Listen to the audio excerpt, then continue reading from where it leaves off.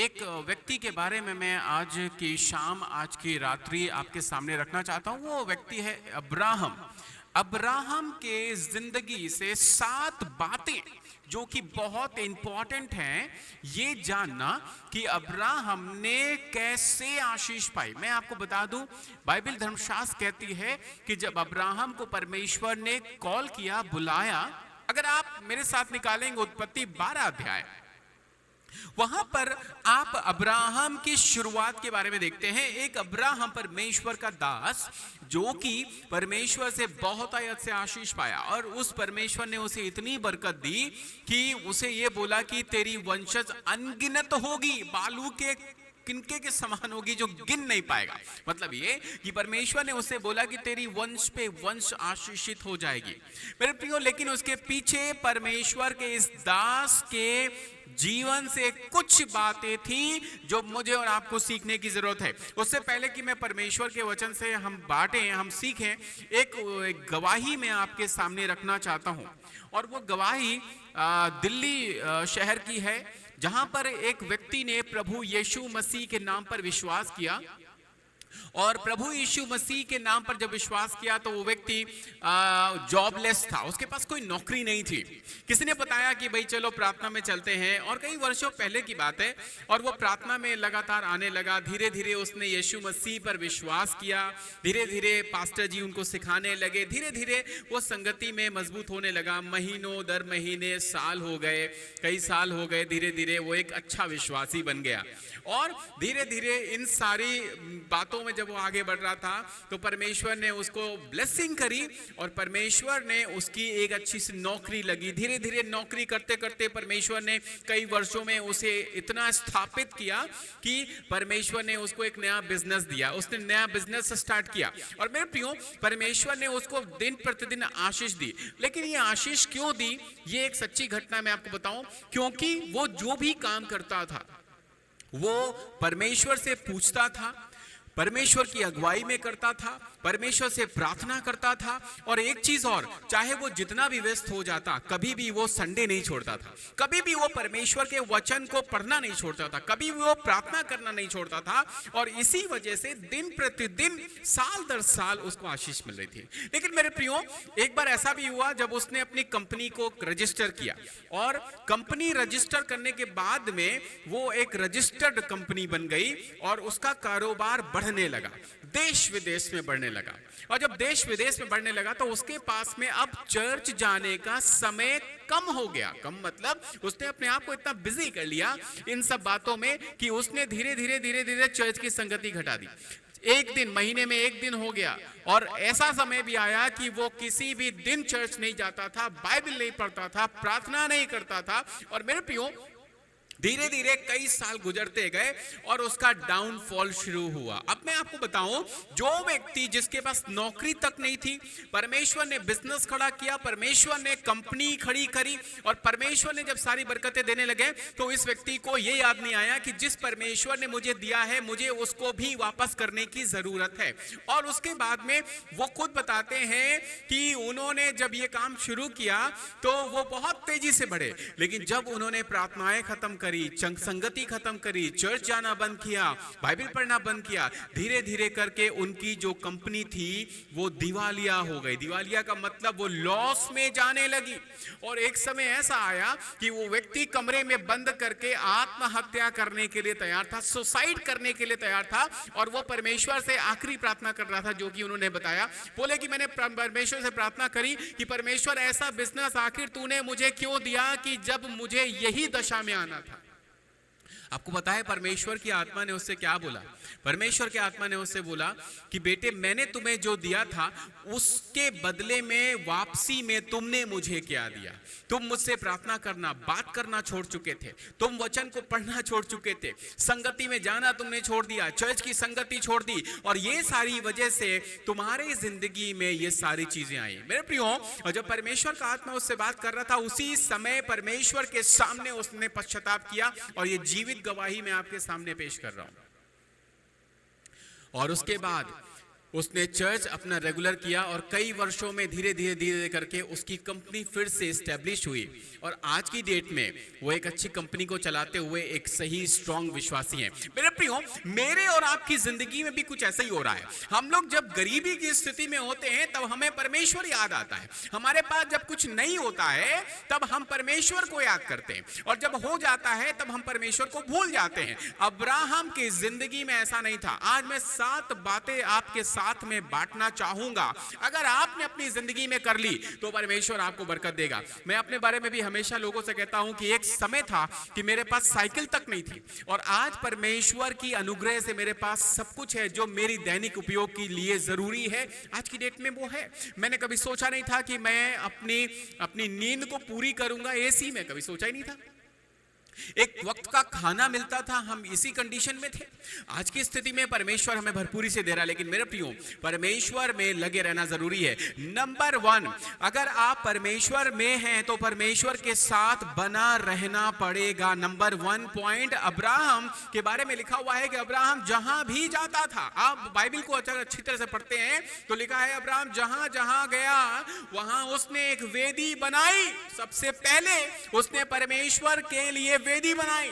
और मेरे प्रियो, ये बात इस बात को दर्शाती है कि उसने उस जगह में ठहरने से पहले अपने परमेश्वर को ठहराया और यही अब्राहम की जिंदगी में आशीष लेकर आए। मेरे प्रियो, कई बार मेरे और आपकी जिंदगी में ऐसा नहीं होता है। हम लोग जब नई जगह लाते हैं, हम लोग नया काम स्टार्ट करते हैं, नई नौकरी स्टार्ट करते हैं, नया बिजनेस स्टार्ट करते हैं, नई बातें होती है, नई योजना होती है, हम परमेश्वर को भूल जाते हैं। लेकिन अब्राहम जहां जहां पैर रखता था उसके पैर वहां जब पड़े उससे पहले की परमेश्वर वहां मौजूद था। नंबर 2, परमेश्वर की बातों को सुनता था। मेरे प्रियो, आप बाइबल को अगर ध्यान से पढ़ते हैं तो बाइबल में लिखा हुआ है कि जब परमेश्वर से अब्राहम बात करता था कोई भी आगामी योजना के बारे में, फ्यूचर भविष्य के बारे में, तो परमेश्वर से पूछता था। आप ध्यान से पढ़ेंगे तो आपको पता चलेगा 12 अध्याय से लेकर के आगे अध्यायों में परमेश्वर का ये दास परमेश्वर से पूछता था, परमेश्वर मैं क्या करूं, परमेश्वर मैं किस तरीके से काम करूं। और मेरे प्रियो, बाइबल बताती है वो परमेश्वर की बातों को सुनता था और सुनता ही नहीं था, वो मानता भी था।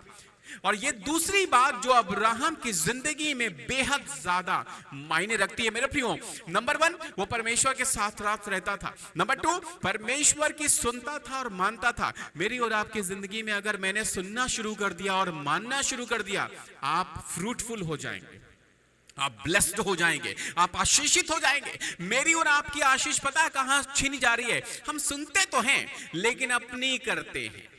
लेकिन बाइबल बताती है कि धन्य हैं वे जो परमेश्वर के वचन को सुनते और मानते और उसको उसके अनुसार करते भी हैं, वे हैं आशीषित।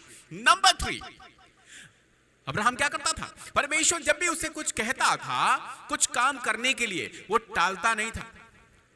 तीसरी बात, परमेश्वर की सुन करके वो टालता नहीं था। अगर परमेश्वर ने आपसे कुछ बोला है मेरे प्रियो, तो आपको उसे उसी समय कर देना है।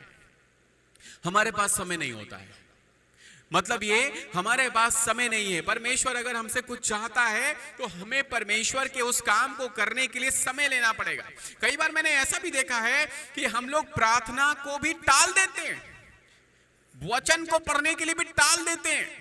ये परमेश्वर का काम है ना। परमेश्वर चाहता है मुझसे और आपसे बात करे, और परमेश्वर जब कुछ कहे तो उसे कर दीजिए। मुझे एक घटना याद आती है नए नियम में, जहां पर पतरस कह रहा है प्रभु यीशु मसीह से, हे प्रभु हमने रात भर मेहनत करी है। और ये पद मुझे बड़ा अच्छा लगता है, लेकिन फिर भी मैं जाल को डालूंगा, तेरे कहने के अनुसार मैं जाल को डालूंगा।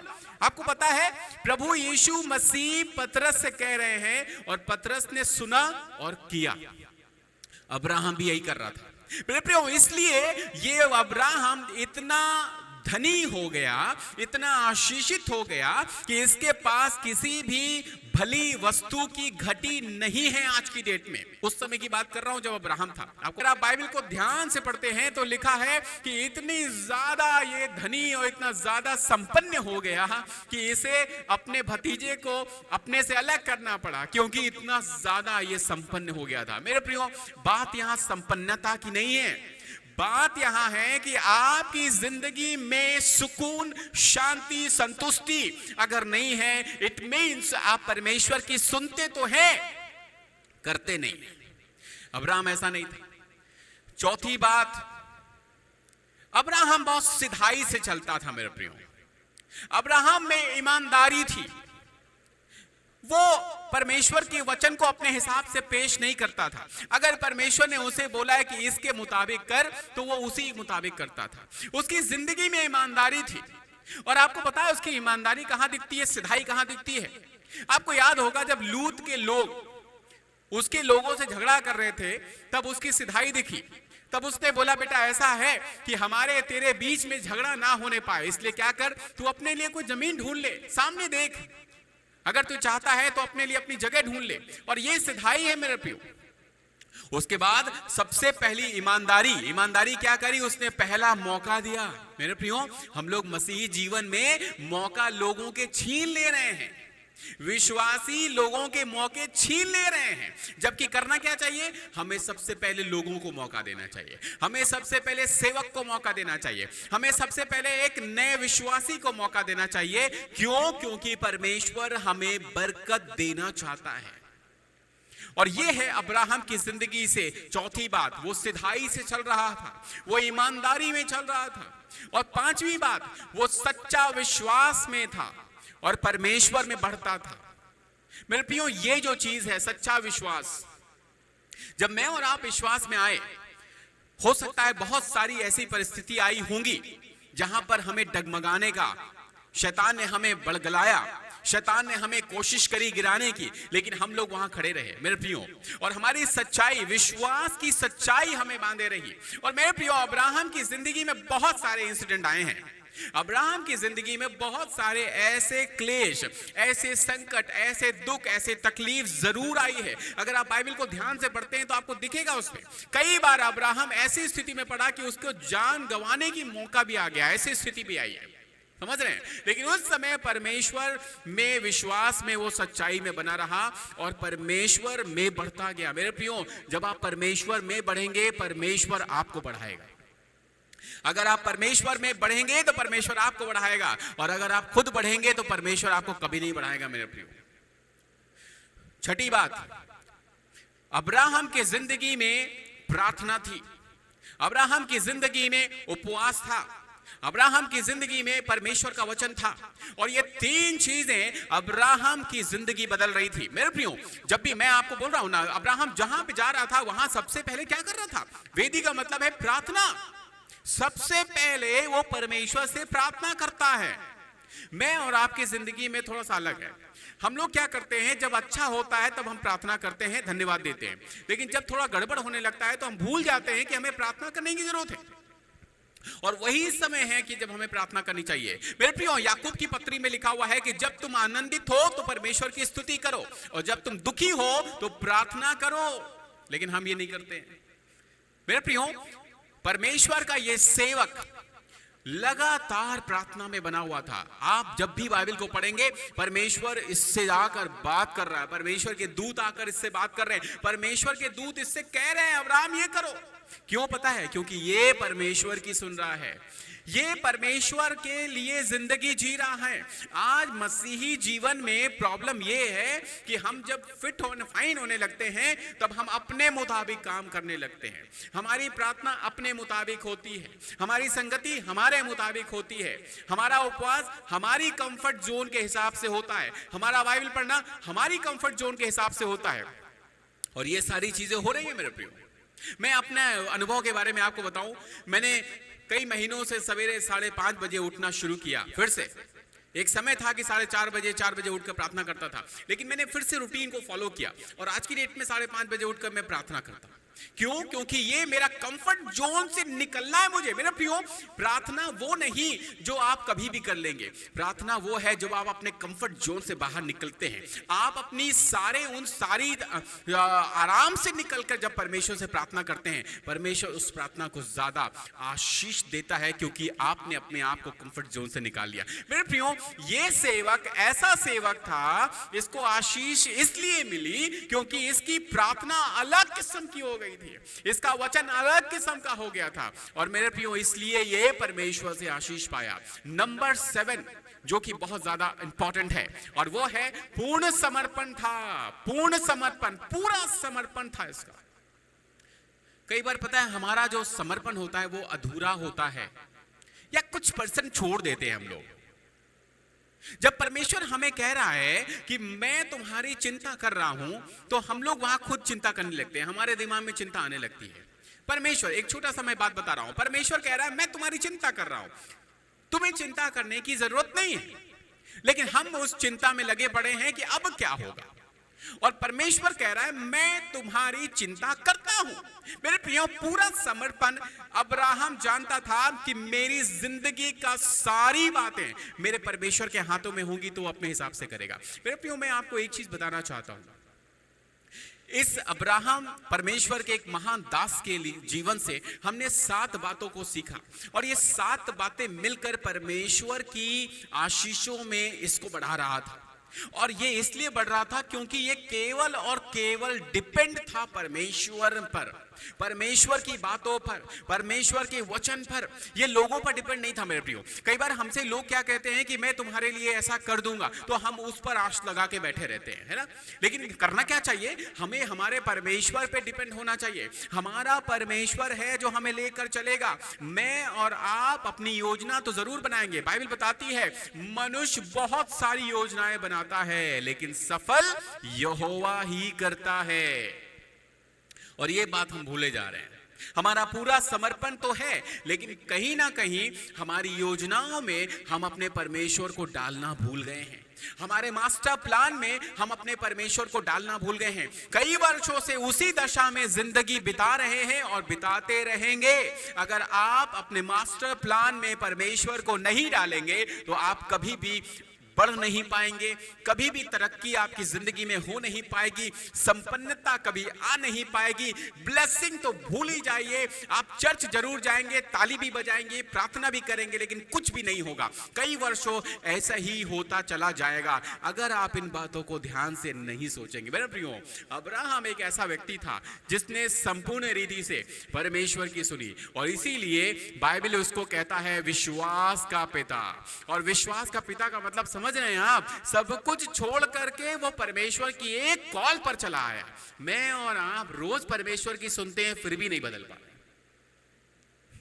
फिर भी हमारी जिंदगी में बदलाव नहीं हो रहा। हम अपनी योजना बना रहे हैं, हमारे बुद्धि के हिसाब से बना रहे हैं। मैं बस इतना आज कहना चाहूंगा, हमारी बुद्धि सीमित है, परमेश्वर की बुद्धि असीमित है। हमें उसका इस्तेमाल करना चाहिए। और एक चीज मैं बोल के समाप्त करूंगा, जब हम किसी भी चीज को ढूंढने लगते हैं, तो आजकल हम लोग क्या ढूंढ रहे हैं, चैट जीपीटी या गूगल पहले चलता था, आज तो चैट जीपीटी पे। पता है, हमें पता है कि हमारे पास आंसर नहीं है, लेकिन चैट जीपीटी के पास में है। और जैसे ही हम लोग एंटर करते हैं, वर्ड को टाइप करते हैं और एंटर मारते हैं, सारा हमें प्रश्नों का उत्तर दे देता है। यही है हमारा परमेश्वर। मेरे प्रियो, हमारा परमेश्वर चैट जीपीटी से बढ़कर है। वो परमेश्वर हमारी सारी बातों को बखूबी हमारे सामने रख देगा, 1 बाय 1 रख देगा, लेकिन हमें उससे बोलने की जरूरत है। अब्राहम अपनी सारी बातों में परमेश्वर को शेयरिंग करता था, और इसीलिए ये अब्राहम इतना आशीषित होने पाया। आज की शाम मेरे प्रियो, मैं भी अगर आशीषित हूं तो इसलिए क्योंकि मैंने अपने परमेश्वर को सब कुछ बताया। और आज भी मैं आपको बता दूं, जब भी छोटी सी भी कोई चीज मेरे मन में आती है खरीदने के लिए, खुद के लिए भी या परिवार के लिए भी, हम पहले प्रार्थना करते हैं।